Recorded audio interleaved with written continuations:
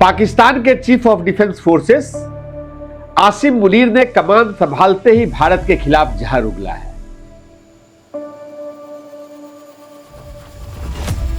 यह कोई पहला मौका नहीं है जब मुनीर ने जहर उगला है। उन्होंने इस बार एक नई गिदड़ भभकी दी है। वो जहरीले बोल क्या हैं? वो गिदड़ भभकी क्या है, ये बताने जा रहा हूं। साथ ही यह भी बताऊंगा कि मुनीर की इस नई जिम्मेवारी को साइलेंट तख्ता पलट क्यों बोला जा रहा है। क्या वाकई पाकिस्तान में तख्ता पलट हो गया है या वो जल्द होने वाला है? इस पर भी विस्तार से चर्चा करूंगा। मुनीर की एक बात पर भारत के लोगों को हंसी आ रही है, वो भी बताऊंगा। आप वीडियो में अंत तक बने रहिएगा।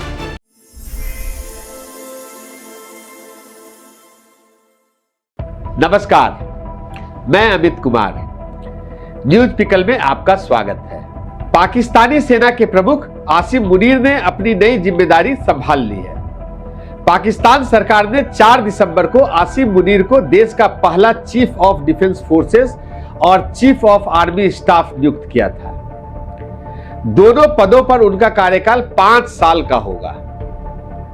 मुनीर पाकिस्तान के पहले सैन्य अधिकारी हैं जो एक साथ सीडीएफ और सीओएएस दोनों पद संभाल रहे हैं। मुनीर को इसी साल फील्ड मार्शल के पद पर प्रमोट किया गया है। इसके लिए पाकिस्तानी संसद ने 12 नवंबर को सेना की ताकत बढ़ाने वाला 27वां संवैधानिक संशोधन पास किया था। इसके तहत मुनीर को सीडीएफ बनाया गया।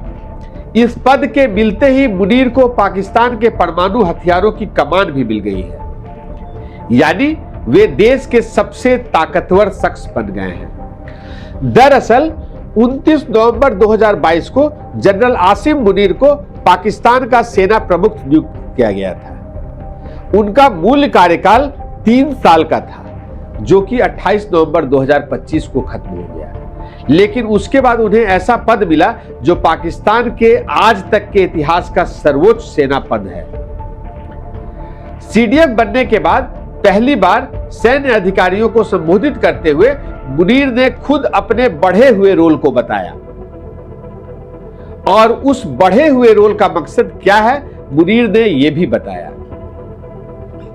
उन्होंने कहा कि उन्हें थल सेना, वायु सेना और नौसेना की संयुक्त क्षमताओं का एकजुट करना है ताकि मल्टी डोमेन ऑपरेशन की ताकत बढ़ाई जा सके। मुनीर ने कहा कि उनका ऑफिस तीनों सेनाओं के ऑपरेशनों में तालमेल बिठाएगा। मुनीर सीडीएफ और सीओएएस के तौर पर अपनी भूमिका बता रहे हैं, लेकिन दुनिया यह मान रही है कि पाकिस्तान की सत्ता असल में मुनीर के हाथ चली गई है, यानी पाकिस्तान में साइलेंट तख्ता पलट हुआ है। शहबाज शरीफ की सरकार सिर्फ दिखावे की सरकार है। वो मुनीर का मुखौटा भर है।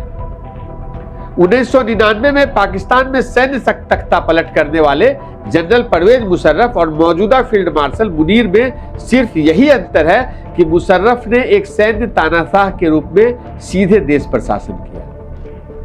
वो 2001 से 2008 तक बतौर राष्ट्रपति सत्ता पर काबिज हुए थे, जबकि मुनीर ने बिना सीधे तौर पर मार्शल लॉ लगाए या राष्ट्रपति पद ग्रहण किए सैन्य ढांचे के भीतर अपनी शक्ति का विस्तार किया है।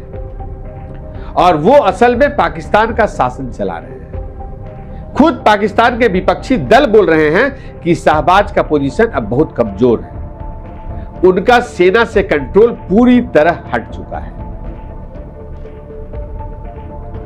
मुनीर ने अपने मन मुताबिक पद जरूर क्रिएट करवा लिया है, लेकिन सच्चाई यह है कि पाकिस्तान की अंदरूनी हालत लगातार खराब होती जा रही है। पाकिस्तान के पूर्व पीएम इमरान खान को अडियाला जेल में डालने और यातना दिए जाने के आरोप पर वहां लगातार प्रदर्शन किए जा रहे हैं।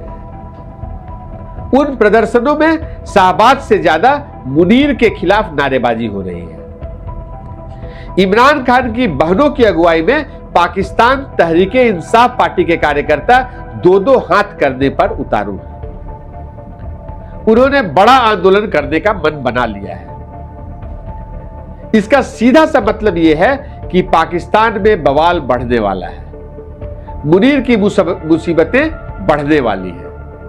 मीडिया रिपोर्ट्स में दावा किया जा रहा है कि मुनीर और शाहबाज की सरकार इमरान खान के खिलाफ देशद्रोह का केस चलाने वाली है, इमरान खान की पार्टी पर बैन लगाने वाली है, और अगर ऐसा हुआ तो पाकिस्तान में बवाल बढ़ेगा, सिविल वार जैसे हालात हो सकते हैं। इमरान खान की बहनें और उनकी पार्टी पीटीआई के सैकड़ों नेता अडियाला जेल के बाहर फिर धरने पर बैठ गए हैं। इसी तरह पाकिस्तान को अफगानिस्तान से भी मुंह की खानी पड़ रही है।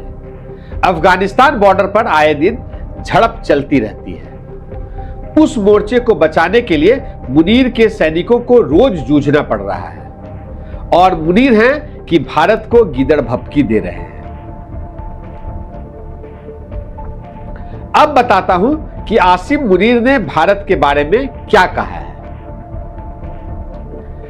मुनीर ने पदभार संभालने के बाद अपने भाषण में कहा कि अगर भविष्य में पाकिस्तान पर कोई हमला होता है तो उसका जवाब पहले से भी ज्यादा तेज और कड़ा होगा।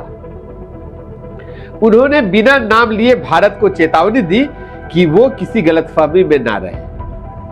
मुनीर ने कहा कि मई में पाकिस्तान ने उनके नेतृत्व में भारत को मुंहतोड़ जवाब दिया था।